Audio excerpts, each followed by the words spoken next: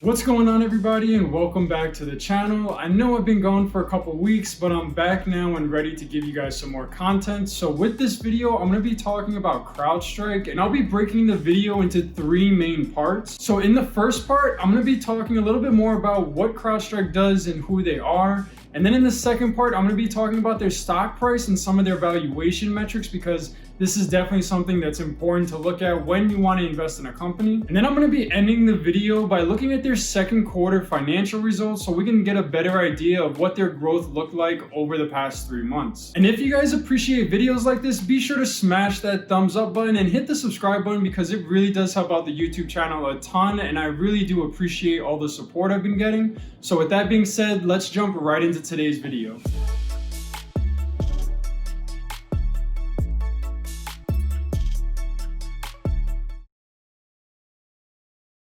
So looking at what they do, we can see that they were founded in 2011 with a mission to reinvent security for the cloud era. And with their Falcon platform, they've created the first multi-tenant, cloud-native intelligent security solution capable of protecting workloads across on-premise, virtualized, and cloud-based environments, all while being able to run on multiple endpoints such as laptops, desktops, and servers. Now, as of today, they offer 11 cloud modules via a subscription-based model that spans multiple large security markets. Now, looking at their stock price, we can see that they are trading at just under $130 a share, and this is almost 300% higher than where it was just 6 months ago at the bottom of the March crash, when it was trading at around $35 a share.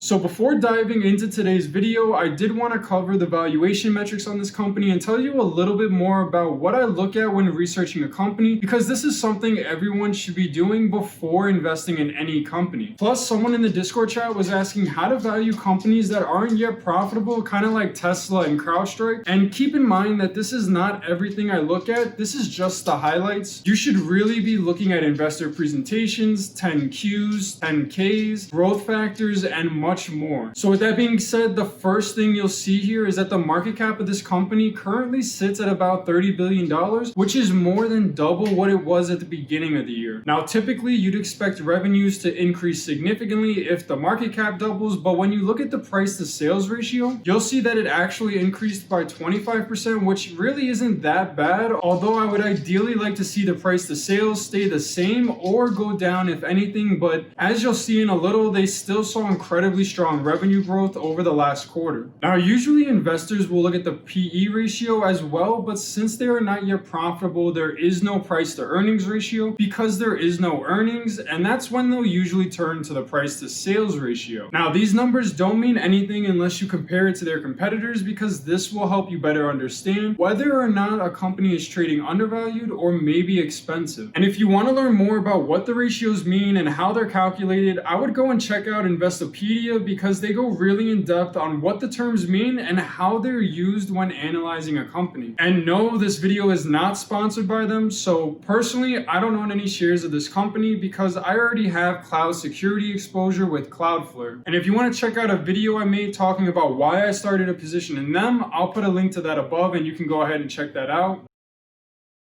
Now, what I want to do is look at their most recent quarterly earnings, and right off the bat, we can see that they recorded revenue of $199 million, which is an increase of more than 80%. So I think it's safe to say that this company definitely falls under the high growth category. Now, if you've watched any of my other analysis videos on cloud companies, you'll know that I'm a sucker for recurring revenue, and Crowdstrike grew theirs by 87% to almost $800 million as of the end of July. So there are maybe a quarter or two away from hitting $1 billion in annual revenue, which will definitely be a big milestone for them. Now, the more important numbers I want to touch on is the net loss and the cash flow, because right now this company is still losing money, but they are very close to finally achieving profitability. So in Q2, they recorded a GAAP net loss of $30 million, which is almost half the loss they had the year prior. And from a non-GAAP standpoint, they reported a profit of almost $8 million compared to a loss of $20 million the previous year. So although they aren't net income positive yet, they are getting closer and closer to finally making a profit.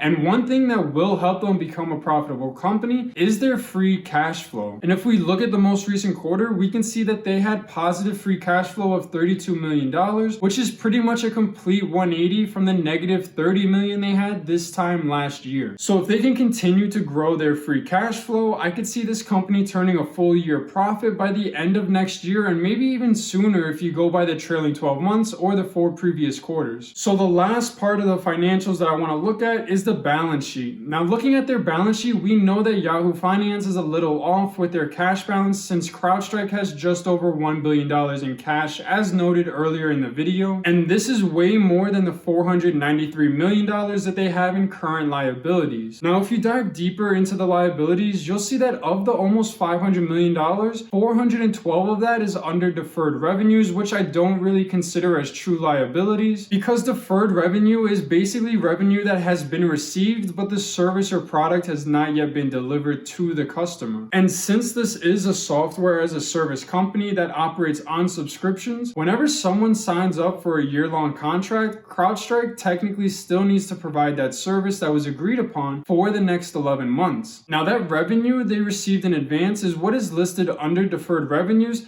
and as you get closer to the end of the year, their deferred revenue starts to decrease. So in my opinion, I don't really like to include deferred revenue with liabilities because for software companies, there's no real additional resources that need to be used to provide the remaining service. So if we take out deferred revenue, that really only leaves them with $81 million in liabilities. So Crowdstrike definitely has a really strong balance sheet, and this is something you always want to look for because it really gives you a good idea of whether or not they'll be able to keep investing in research and development to further improve their product. So I know that was a pretty quick analysis, but it's really just meant for you guys if you want to learn real quick about what a company does and some of the financial highlights. I really like to put out these 6 or 7 minute videos because it's a quick way of learning more about a company. So if you guys like videos like this, be sure to let me know in the comments section, hit that like button, and make sure to subscribe to the channel for more content like this. And with that being said, guys, I just want to say thank you for watching, and I will catch you guys on the next one.